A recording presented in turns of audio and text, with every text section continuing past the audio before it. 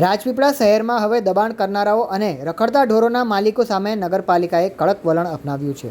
નમસ્કાર, આપ જોઈ રહ્યા છો સરદારનો અવાજ. નગરપાલિકાના નવા આવેલા ચીફ ઓફિસર વૈશાલી વરિયાની આગેવાની હેઠળ શહેરમાં દબાણ હટાવવાની સાથે જાહેર સ્થળોએ ગંદકી ફેલાવનારાઓ સામે પણ કડક કાર્યવાહી હાથ ધરાઈ છે. રાજપીપળા શહેરમાં જાણો નાયક મૂવીના દ્રશ્યો જોવા મળ્યા હતા. જેમ નાયક મૂવીમાં અનિલ કપૂર એક પછી એક સસ્પેન્શન ઓર્ડર આપે છે, તેમ નવા આવેલા ચીફ ઓફિસરે દુકાન માલિકોને દંડ ફટકારવામાં આવ્યા તેમજ દુકાનો સીલ મારવામાં આવી હતી. જાહેર રસ્તા, ફૂટપાથ, ચોક અને સરકારી જગ્યાઓ પર લારી ગલ્લા, કેબિન સ્ટોલ, પાટિયા બોર્ડ કે માલ સામાન મૂકનારાઓ 5 દિવસમાં જાતે દબાણ હટાવી લેવા અલ્ટિમેટમ આપવામાં આવ્યું. નિયત સમયમાં દબાણ નહીં હટાવવામાં આવે તો પાલિકા દ્વારા દબાણ દૂર કરી તેનો ખર્ચ પણ સંબંધિત વ્યક્તિ પાસેથી વસૂલવામાં આવશે. આ ઉપરાંત જાહેર સ્થળોએ કચરો નાખનારાઓ સામે સ્થળ પર જ દંડની કાર્યવાહી કરવામાં આવી. નિયમોનું ઉલ્લંઘન કરનાર વેપારીઓને 500 થી 1000 રૂપિયાનો દંડ ફટકારવામાં આવ્યો છે. ગાંધી ચોક પાસે આવેલા ખાતેશ્વર મેડિકલ સ્ટોર પણ કચરો અને મેડિકલ વેસ્ટ બહાર નાખવાના મામલે કાર્યવાહી કરવામાં આવી હતી. આ કાર્યવાહીમાં ખાતેશ્વર મેડિકલ સ્ટોરને સીલ મારી દેવામાં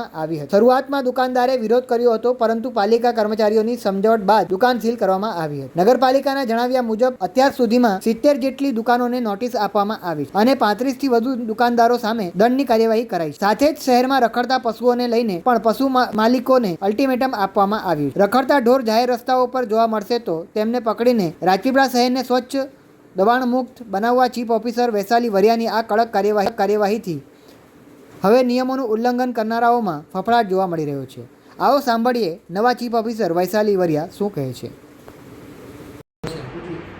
હવે માનનીય મોદી સાહેબ અને આપણા ચીફ મિનિસ્ટર સાહેબની જે 2014થી સ્વચ્છ ભારતની મુહિમ ચલાવેલ છે, તેમના ભાગરૂપે રાજપીપળા નગરપાલિકા દ્વારા છેલ્લા 7 દિવસથી કન્ટિન્યુઅસ સફાઈની રખડતા ઢોર અને ઘણા ટાઈમથી જે લારી ગલ્લાઓ પડ્યા છે તેમને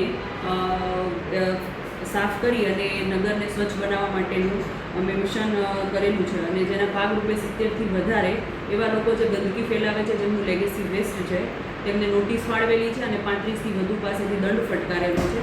અને સરકારી કાર્યવાહીમાં જેમણે પણ અવરોધ કરવાનો પ્રયત્ન કરેલો, ઘણું મનાવા છતાં પણ સપોર્ટ ન કરતા એક દુકાન સીલ પણ કરવામાં આવે છે. જી, નગરપાલિકા દ્વારા જાહેર નિવિદા પણ બહાર પાડેલી છે કે જેમાં 20 તારીખ સુધીનું 20 ઓગસ્ટ 2026 સુધીનું અલ્ટિમેટમ આપેલું છે. 20 ઓગસ્ટ પહેલાં જેમના પણ ઢોર જે રખડતા રસ્તા ઉપર છે તો એમને લઈ લેવા, બાકી ત્યાર પછીથી તેમને કલેક્ટ કરી અને પાંજરાપોળ મોકલી દેવામાં આવશે. અને આપ સૌને નમ્ર અરજ છે કે સ્વચ્છ ભારત મિશનમાં આપ સૌ જોડાઈએ અને રાજપીપળા નગરપાલિકાને સ્વચ્છ રાખીએ.